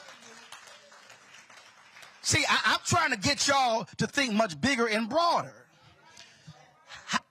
You cannot convince me that there's no, I don't care if you are an HBCU graduate, you cannot send $1 to your school. Now, look, now I understand student debt ratio. I understand all of that. What I am saying is, when I talk to presidents and I talk to alumni presidents, and understand, we discussed this with a sister who works in the Jackson State administration. When they go to foundations, the first question they ask is, what's the giving of your alumni? That's the first question, because they then say, if your alumni can't give, then how are you asking us to support you as well? And see, some of y'all watching right now going, see, here you go, you trying to deflect. No, I'm not. I'm trying to broaden this conversation. And that is this here. And then, of course, somebody else said, well, even if every alumni gave this, it still would not make up. I ain't saying make up. What I'm talking about is commitment. You cannot ask Deion to make a commitment that you don't make. You can't. Julianne Malvo is sitting on here right now. She can tell you how often she would call me. When I was at WVON radio, Roland, we got a group of girls, 4 or 5. They not coming back to school. I got to raise $30,000 to keep these girls in school. Can you mention it on the radio? Can you give out the website? Julianne, ain't no problem. We can do that. And so what I'm trying to say, black people, is we can't sit here and say, well, we haven't got funding from the state. We're not getting the money from corporate America, but then we don't give. We can't make the excuses go, well, you know, I ain't got it. When every single one of us spends money on what we want to spend money on. And all I'm saying is, if you are an HBCU graduate, send something back. You can't send 1,000. You can't send 500. You can't send 100. You can't send 50. Okay, fine. Commit, I'm going to send my school $1 a month. That's $12 a year. Y'all, numbers don't lie. If 1,000 graduates send $12 a year, that's more money than they gave last year. So what I'm trying to get us to understand is we've got to stop being so emotional because of what Deion did. And what we should be saying again, and see, and let me just keep going here. We should be saying, well, and when I'm buying school gear, am I buying school gear from folks who have paid a licensing fee, or am I buying bootleg? Do I spend more money coming back for homecoming on airfare, car rental, food, liquor, and hotel than I do to the school? See, again, you can be mad at Deion all day. I'm asking for a collective commitment. And if y'all think, oh, I'm just sitting here talking, I keep telling y'all, go listen to Dr. King's speech, April 3rd, 1968, at Mason Temple, when he said black people individually are poor, yet collectively we represent one of the wealthiest economies in the world. And so if we're going to be about that, then what I desire for us is to have a fervor for black institutions and not just talk about it. Now, if you one of the folks and you stepping up and doing what's right, good. But what I'm telling you is, it's a lot of us selling wolf tickets. It's a lot of us talking and not doing. It's a lot of us not giving. It's a lot of us not supporting. And I know, I can see some of y'all right now, and I can see some, and see, and here's what's interesting. Because I've already some of y'all comments, yeah, see, you talking, but you didn't go to an HBCU. My high school was right across the street from one, and they never recruited me, even though I was the #1 communication student at my high school. But I can bet you if I was a #1 football player or the #1 basketball player, they would have come across the street. Prairie View was down the street, 50 minutes. They will often visit Jack Yates, never recruited me. So I made a decision because my brother was there at A&M. My parents, I thought about it. I don't think my parents in my brother's 4 years, my 4 years, my sister's 4 years, I don't think my parents collectively sent the three of us combined $1,000. I had 2 sisters at home. So I went to A&M for the academic scholarship. I followed the money. So don't come at me saying, well, why didn't I go? Easy. I followed the money. But what's interesting is there are people who go to HBCUs who want to say, well, you can't say nothing, but then you don't mind my check. When Robert Smith paid off the graduation debt at Morehouse, Robert didn't go to no HBCU. He went to Cornell. See, so don't come at me with that because you don't mind that PWI graduate money when it comes in. What is required right now are for black folks to walk the walk about supporting black institutions. So when you're watching Love and Hip Hop and giving them your eyeballs, that ain't black-owned media. When you are supporting, when you're looking at Complex, that's owned by BuzzFeed. That's not black-owned media. BET is owned by Viacom CBS. And so when I hear people get righteous and indignant about Deion, I got to ask you, what are you doing every day of your life to support what is black-owned? And the fact of the matter is, if you ain't got no black lawyer or a black dentist or a black doctor or a black accountant or black cleaners, if you're not frequently supporting black restaurants, if you're not going to, is it a black-owned gas station? Then all you doing is sitting on social media demanding something of him that you ain't doing yourself.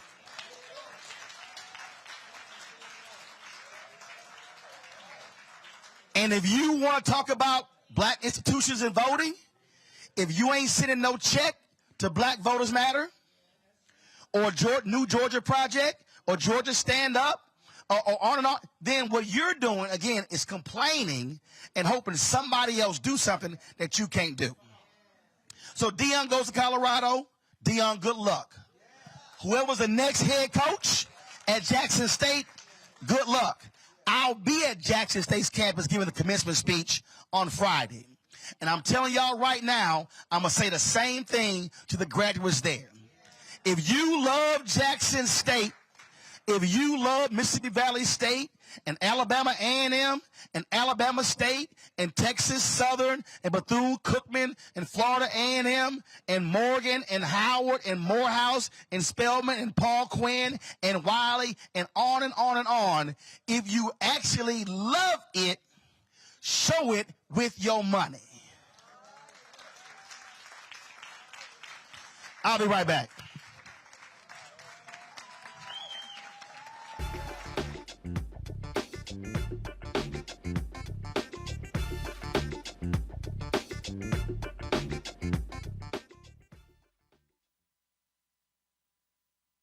Is it just me? Or does it feel like we've been here before? The whole country's finished voting, and only us left. You'd think Herschel Walker would want to explain what he'd do in the Senate if he actually wants to represent Georgia. Instead, he repeats the same lies, trying to distract from what we all know is true about him. But I think Georgians will see his ads for what they are. Don't you? I'm Raphael Warnock, and yes, we're doing this again. That's why I approve this message. Don't wait till November 8th. We can vote today. Your early vote started this week. We're We're on Savannah State University's campus. We'll be dorm storming today, giving out treats for everyone. We hope to see everyone at the polls when it comes to November. If you believe we got power, let them know. Make some noise. Put a fist up. I need to see a fist in the air because we got power. Come on, you put it up. Come get your shirt. We're out here in the streets of Savannah, Georgia. James, do not forget to go vote. I got you. If we vote the right people in, we can make a change. We can get these resources in our community. I am a woman, and it is important that we have the say-so of what we want to do with our bodies. We're concentrating on entrepreneurism, providing young people with resources and training that they need in order to change their trajectories. We want Black down. Democracy is on the ballot. Voting rights is on the ballot. Voting suppression is on the ballot. I am most passionate about those three combined because they all impact each other. Savannah is my home. I care about my community, and I care about representation in my community.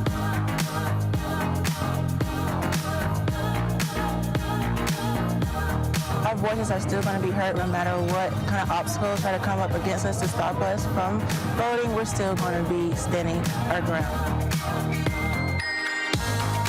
I see the effort that's being made to keep our communities from voting, so that makes me realize it's even more important, because if it wasn't important, they wouldn't be fighting to make sure we couldn't vote. This doesn't stop this year. This is a forever movement.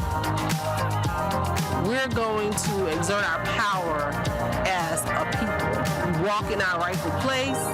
We're going to change our communities, fight for our communities, and build our communities.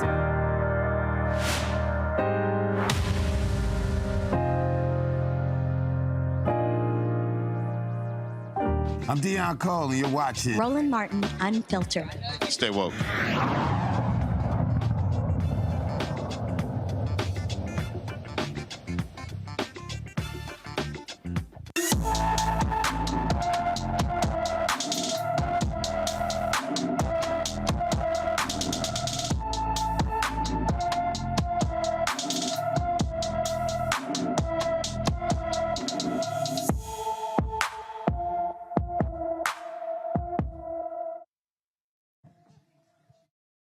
First told you about 17-year-old. We first told you about 17-year-old Norrell Bryant in April. She has gone missing once again. This time she disappeared from Arlington, Texas on June 29th. She is 5 feet 4 inches tall, weighs 140 pounds, with brown hair and brown eyes. Norrell is a piercing on the left side of her nose. Anyone with information on Norrell Bryant should call the Arlington Police Department at 817-274-4444, 817-274-4444. Folks, next door in Fort Worth, it's been 3 years since Atatiana Jefferson was shot and killed in her own home. The former cop, Aaron Dean, is on trial. Her nephew, Zion Carr, was with her that night, took the stand today before a mostly white jury in his murder trial. He was 8 years old at the time of the shooting and told jurors what happened before his arm fell to the floor after getting shot and while the door was open in the first place. Before you were in the bedroom with her, with Aunt Tay, what were you doing? What were y'all doing together? Playing video games. Before then even, did y'all cook hamburgers that night? Yes, sir. Who cooked the hamburgers? Me. All right. Did you cook them just like you told us earlier? Yes, sir. But I burnt them. You burned them? How'd you know you burned them? Because we were just playing games, then we just heard the alarm going off, then we opened it, a whole bunch of smoke came out of the oven. And were you cooking these in the kitchen? Yes, sir. So what'd you do after all the smoke came from burning the hamburger? We opened up the screen door and let the smoke go out, and we were just getting paper and going like that so the alarms could stop. And when it was done, we went back playing our video games. Did your Aunt Tay hear noise outside the bedroom? Yes, sir. What were you doing when your Aunt Tay heard that noise? I was still playing on my Nintendo Switch. How did you know your Aunt Tay heard a noise? Because she told me, did you hear it? And I said no. Was the lights on? Were the lights on in that bedroom? Yes, sir. And what did, after she told you she heard a noise, what did she do? She went to get her weapon out of her purse. Where was her purse? Next to her table where she work at. Before she heard that noise outside, where was your auntie sitting? Was she at that desk? No, she was in the middle of the room with her, like, she had her chair in the middle of the room playing on the game. And so you said she went to her purse and grabbed out a weapon. What do you mean by weapons, Zion? A gun. Was it a big long gun or a gun that you can hold in your hand? A gun you can hold in your hand. And did you see her go to her purse and get that gun? Yes, sir. And what did she do after she took the gun out of her purse? She just held it to her side. She didn't point it up. She just kept it next to her, like on her side. And where did she go with after she picked up the gun? She was about to start walking to the window. Okay. And when she walked to the window, what did she do? I didn't hear nothing after that. I just seen her fall on the floor. The defense is claiming Atatiana pointed the gun at Dean, yet body camera footage shows that neither Dean nor the other responding officer identified themselves as police at the house. The trial continues in Fort Worth. Folks, we're back here in Hinesville, Georgia. We've been, of course, election is tomorrow here in Georgia. A lot is at stake when it comes to this Senate race. If y'all, Hershel Walker actually, y'all, this boy is so dumb. This boy is, they said, how dumb is he?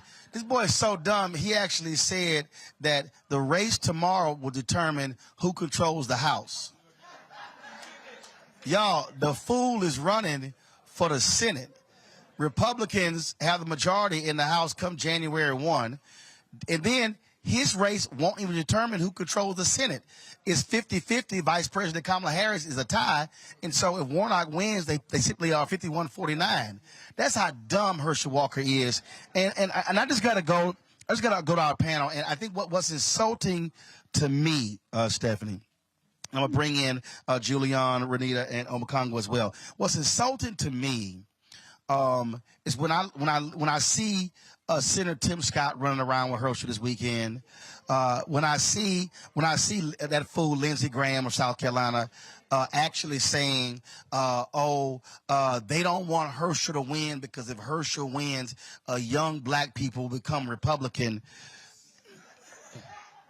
I mean, what they really think if we put up a fool and he's black, that black people just gonna fall for it. Mm-hmm.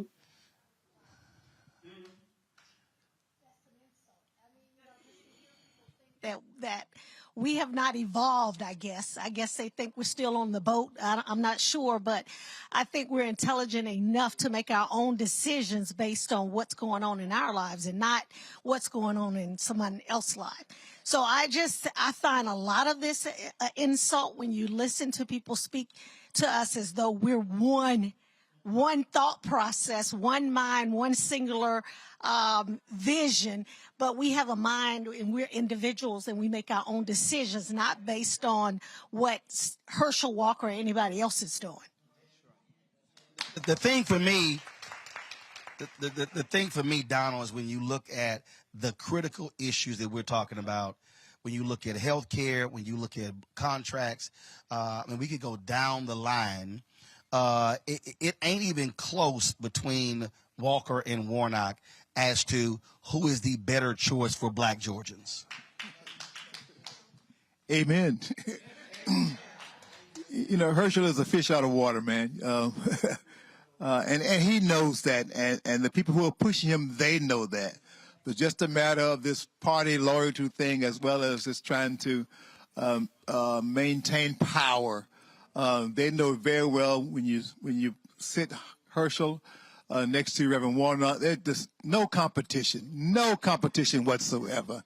And that's just plain old common sense. My mom and my grandma say anybody can see through that, Anybody can see through that. So it's just a matter of this party loyalty, having a yes man in the office, nothing to do with the best man for the job. And there's no doubt in our minds, in America's mind, I think, when it comes to just the quality of the candidate, Warnock, is just miles and miles above where Walker will ever be when it comes to being a U.S. Senator. Let's go ahead. Roland, right before I address that, I want you to know that I enjoy representing the 168th, but if I'm offered through $500,000 tonight, bye, y'all. I want you to know that. All right? I'm gone. I'll find somebody. Hey, listen, as to the comparison, of course there's none. But I have to think back. When I started in the civil rights movement, right out of high school, in Liberty County, as well as all counties around here, white folk were used to picking our leaders. Didn't make any difference about qualifications. If you were nice and humble and stroked them, you come on, you're going to be on this board, you're going to be on that board. Now, they wouldn't let us win at the polls, but they'd appoint us to some token polls. This is nothing new. He is the new token Negro. And folk get to say, some folk get to relieve that guilt by saying, I can't be a racist. I voted for Herschel Walker. Poppycock. The thing that jumps out at me, Renita, as we are, Representative Shannon, as we are going down to the wire again, suppose open tomorrow at 6 or 7 a.m. Suppose open at 7 a.m. tomorrow. And I keep seeing all these people, they're in the chat room and on my social media, and they're saying, we shouldn't even be here. And I keep saying, well, tell it to the folk who didn't vote. I mean, at the end of the day, we could sit here and say who should be the best person, who makes the most sense, but it all comes down to who get the most votes. Well, I think that all of this with why they put up Herschel Walker goes back to what we saw in 2008, which is where Republicans, if you heard plenty of them say pretty consistently that the only reason President Obama got elected was because he was black, and that black people didn't really know anything about his policies, didn't know what he thought about any issue. They just went in and blindly voted for him because he's black. By the way, there's no problem with voting for someone because they are black, especially if you are black, because you assume that they know and understand your lived life experience. Whether or not they make policy decisions based on that life experience is a different story, but they will at least know it and not think that you would not have to explain it to them. But the thing here that they really missed, which is what they missed even with the 2008 election where we elected the first African-American president of the United States, was that black people do listen. Black people do pay attention, and black people are listening and paying attention in this election, and black people are communicating that they understand that Herschel Walker is talking about nothing but a bunch of nonsense. And that is not what we want to represent us. So I am looking forward to tomorrow. I hope that we will have excellent results that actually make sense. And that means re-electing Senator Warnock. And I hope that by the end of the week, we never have to hear the name Herschel Walker ever again. Omakongo. We live in a situation right now where, particularly for Republicans, the team matters more than the players. And all they care about is voting red. And so we have to understand that we have to educate ourselves as it relates to being more sophisticated and stuff. But we have to understand that we're also fighting against people who have no problem playing dirty and have no sense in any redeeming moral value for their candidates. Character doesn't matter. Education doesn't matter. Class doesn't matter. We're talking about a man who brought his wife or girlfriend to an abortion clinic and didn't even have the dignity to go in with her. A man who put a gun to his wife's head. A man whose son said that he threatened to kill them. No character. A man who lied about being a cop. A man who lied about being #1 in his class, about being no integrity. So really, at the end of the day, he is a representative of where the party is right now. No character, no morals, and only concerned about power, which is why most Republicans who have spoken up at all over the last few days said they would still vote for Trump, even though he called for the termination of the Constitution. So this is where we are. So as we talk about voter education, we talk about sophistication, also know that we have an enemy that is playing dirty. Herschel Walker has no business being up there with Raphael Warnock, but like Malcolm X said, whenever a black man says something that white people don't like, the first thing that they'll do is find somebody to offset what that black person said. And Herschel Walker is the latest representative of that. When you look at somebody like Senator Reverend Raphael Warnock, a man of the highest intellect and the highest integrity, and you put up with somebody like this, who really, and I'm not even saying this in a disrespectful manner, who really should be somebody who has studied as it relates to CTE and potential other issues, but has probably gotten away with a lot of things because of his fame. And I'm not even saying that disrespectfully. The fact of the matter is they don't care enough about Herschel Walker to let him know that he shouldn't be up there. They're just trying to do the same thing that happened with Alan Keyes and Obama, bringing somebody who's not even from the state because they don't respect black people enough. And really, at the end of the day, tomorrow, we got to shut this down. And like Representative Shannon said, making sure we're never hearing from Herschel Walker again, but we have to be mindful of the fact that since they don't respect us enough, when they see us, they're just going to put somebody else in place. But like you said from the beginning of this show, Roland, when we set up the infrastructure to make sure that we come out and overwhelm them with numbers, they can put up whoever they want, and it's not going to matter. Julian, the thing that in terms of how I'm looking at this right now, and let me be real clear. There are a lot of black Republicans I know. There are a lot of black Republicans I know who actually care about black people. Some of y'all may say, man, you out of your mind. That's not true.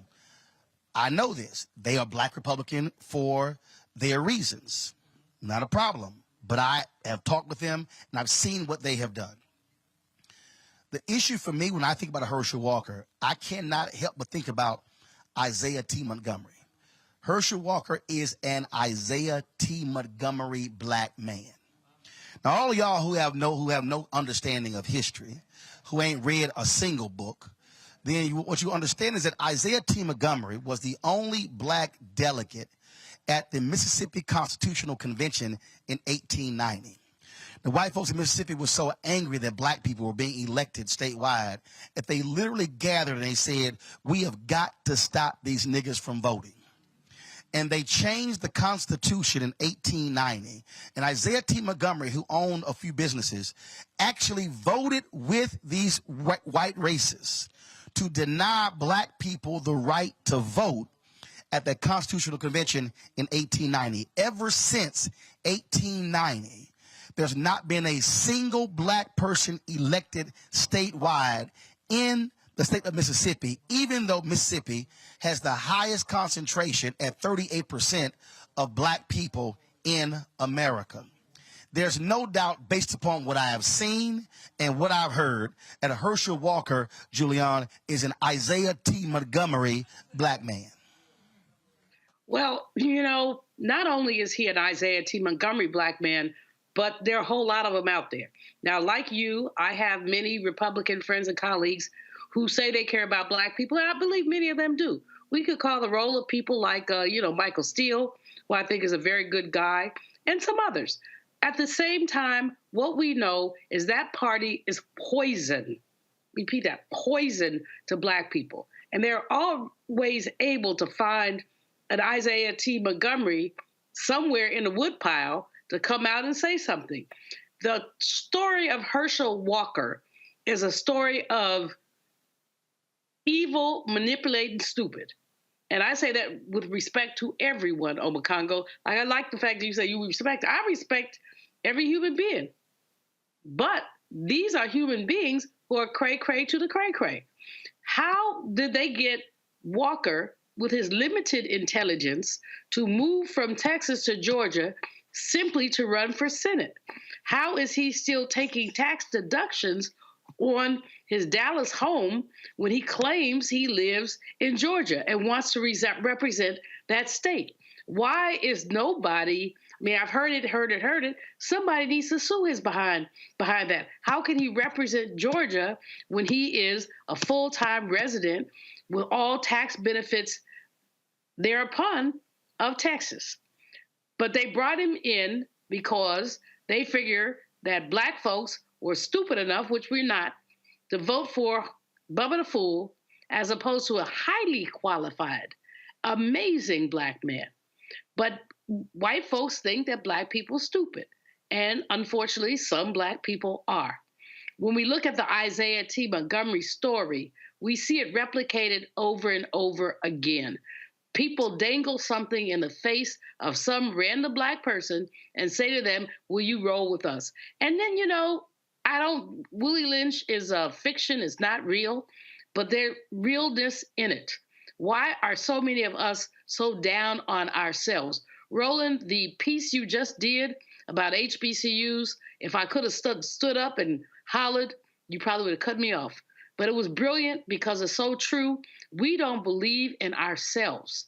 Between Janetta Cole and I, we raised the alumni giving rate at Bennett up to about 35%, but that's not good enough. That's just not good enough. How come we don't support ourselves? And how come we don't call those out who don't support us? The brothers and sisters on your panel in there are saying the right things, but they need to be saying it more and louder and more clear. Somehow we don't want to put the stake in the heart of a vampire. Since he doesn't know whether he wants to be a vampire or a werewolf, let's go with vampire. When you stake in the heart of a vampire, they die. I think it has to be a silver stake. I'm not sure. I don't do all that. But the point here is that Herschel Walker is being manipulated, and he's too stupid to know it. And if he gets into the Senate, he will be manipulated again.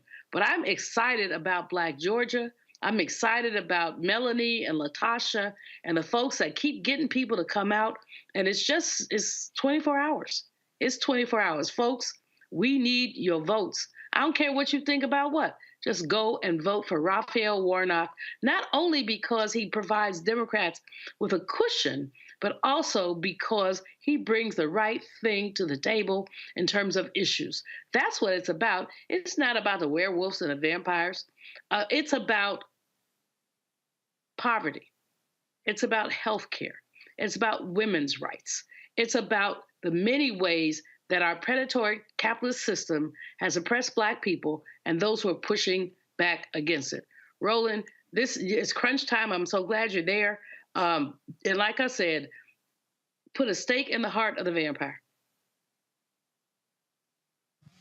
We're gonna have final comments here. But some of y'all listen.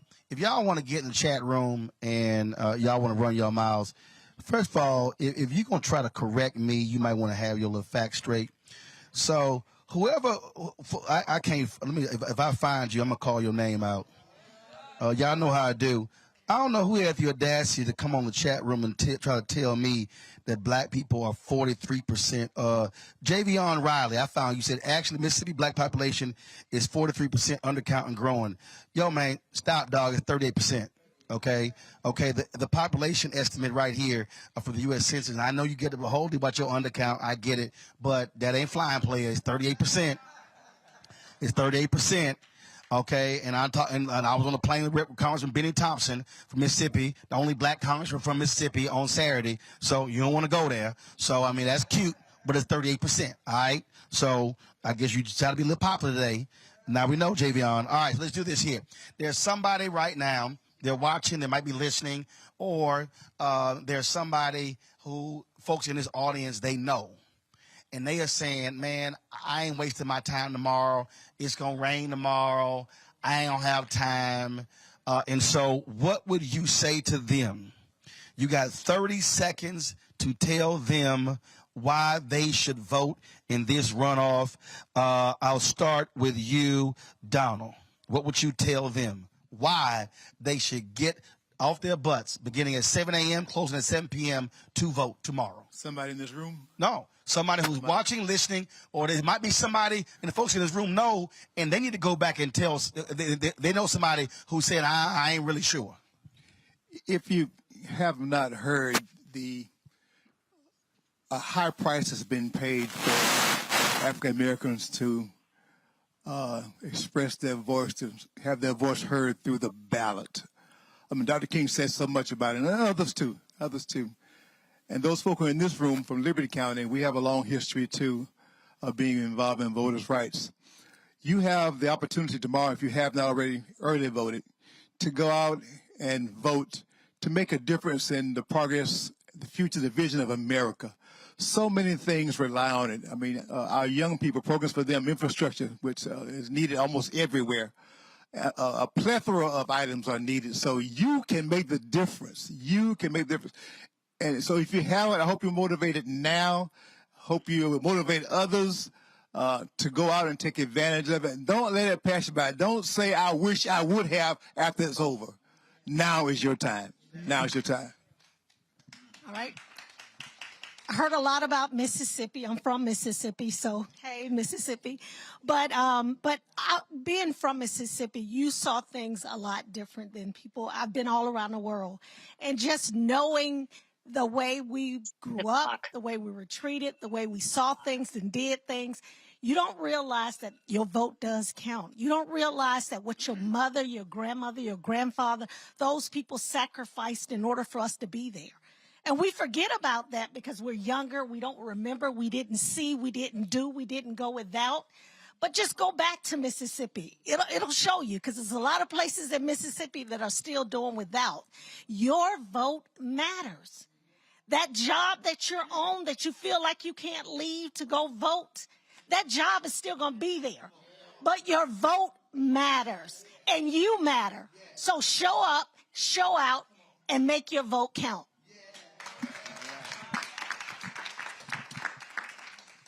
If you don't love yourself, you just can't think enough of yourself to go vote. Think about your great-grandmother who never got the chance to vote. And then think about your grandchildren that you need to do something for. And if that's not enough, then think about those who have never been able to experience the American dream. Let's make home ownership possible. If you don't think about yourself, then think about the possibilities for those. Think about Medicaid and us expanding it. Think about health care for everybody. Think about a decent education. Think about the elimination of student loans.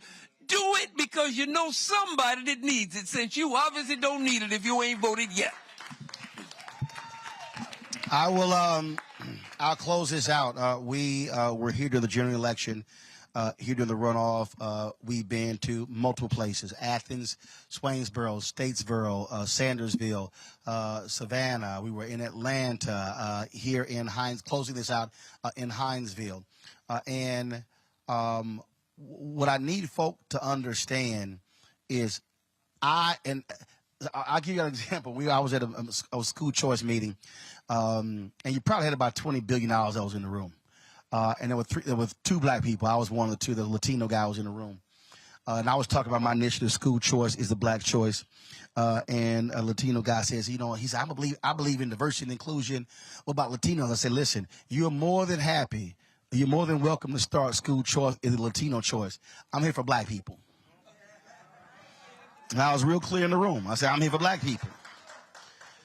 And so, look, white voters, Republican Party goes after white voters. We already see the numbers: 63, 65, 70% of white voters may very well vote for Herschel Walker. But numbers do not lie. If black people, if we maximize our numbers, tomorrow is a cakewalk for Warnock. Let me say it again. If we go from literally 50% of eligible black voters in East County to 70%, Warnock wins by upwards of 300,000 to 400,000 votes.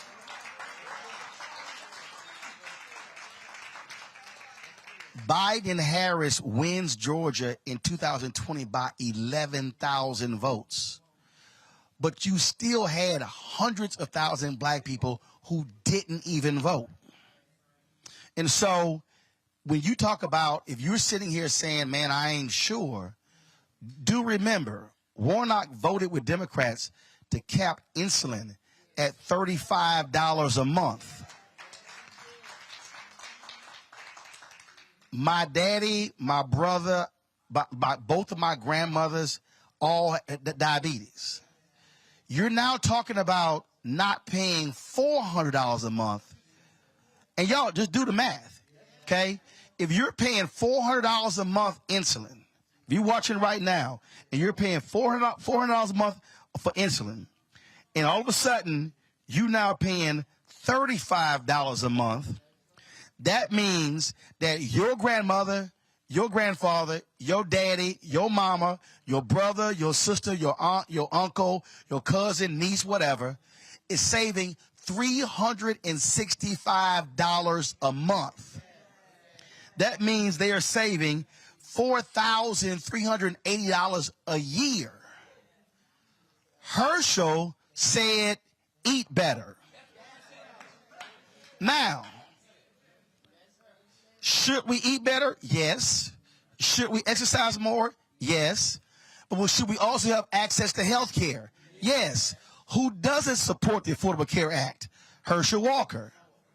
Who doesn't support expanding Medicaid, which will actually keep rural hospitals open, where you're not traveling 50, 60 miles to be able to be treated? So this ain't that hard. It ain't hard at all. Now, you're sitting at home and you're saying, well, I ain't seen my neighborhood change, and so therefore I'm not going to vote. I dare say your neighborhood likely could look worse. And I will say this. I fundamentally believe that one of the reasons why our neighborhoods are not better is not solely because, well, Democrats haven't done this. It's because we have not properly maximized our numbers. So the election is tomorrow. You got time to vote 7 to 7. If you're in line by 7, you stay in line to vote. But I'm going to say this, and y'all heard me say this every time on this show constantly. Tomorrow is the end of one process and the beginning of another. If that fool Herschel wins, every person in this room is still a constituent. And our job is to give him hell to do what he is supposed to do, because folk are still constituents. But if Warnock wins, our job on Wednesday is to give him hell about what we want, because we are constituents. And so we just can't yell, holler, and scream, we need this. We must be applying maximum pressure to every elected official, black or not, to do what they said they wanted to do during the campaign. Because too many of us, we go home when the election is over. And so call every friend you know, text them, family member, get on social media, tell Black Georgia to show up and show out. And so when we are live tomorrow night from the Marriott Marquis in downtown Atlanta, it should be a victory celebration at the Warnock campaign. And if we do right, he'll go back to D.C. for a full 6-year term. And then our job is, again, to demand what we want. The folks in Hinesville, thank you so very much. Representative Williams, thanks a lot. Folks, don't forget to support the Black Star Network. Download the Black Star Network app on all platforms: Apple phone, Android phone, Apple TV, Android TV, Roku, Amazon Fire TV, Xbox One, Samsung Smart TV. Also, support us by joining our Bring the Funk fan club. If you want to support Black-owned media, we don't have millionaires and billionaires sending us checks, so your support actually helps. Every dollar, of course, we ask our fan base to contribute on average $50 each. It's $4.19 a month, 13 cents a day. Some people have given less, some have given more. We appreciate every dollar that's given. Check money orders go to P.O. Box 57196, Washington, D.C. 20037-0196. Cash App is $RM Unfiltered. PayPal is R Martin Unfiltered. Venmo is RM Unfiltered. Zelle is Roland at RolandSMartin.com. Roland at RolandMartinUnfiltered.com. And of course, get my book, White Fear: How the Browning of America is Making White Folks Lose Their Minds.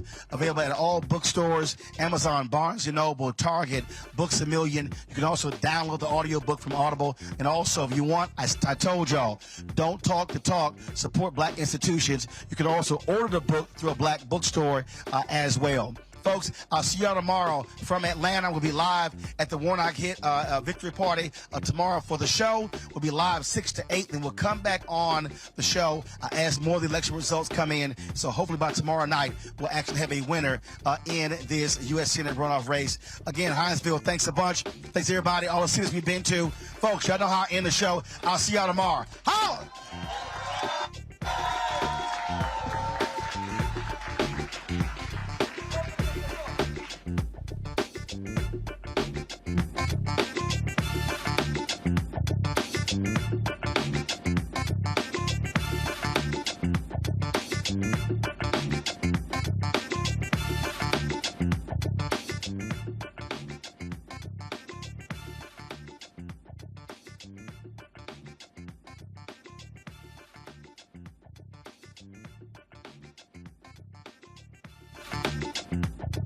Roland.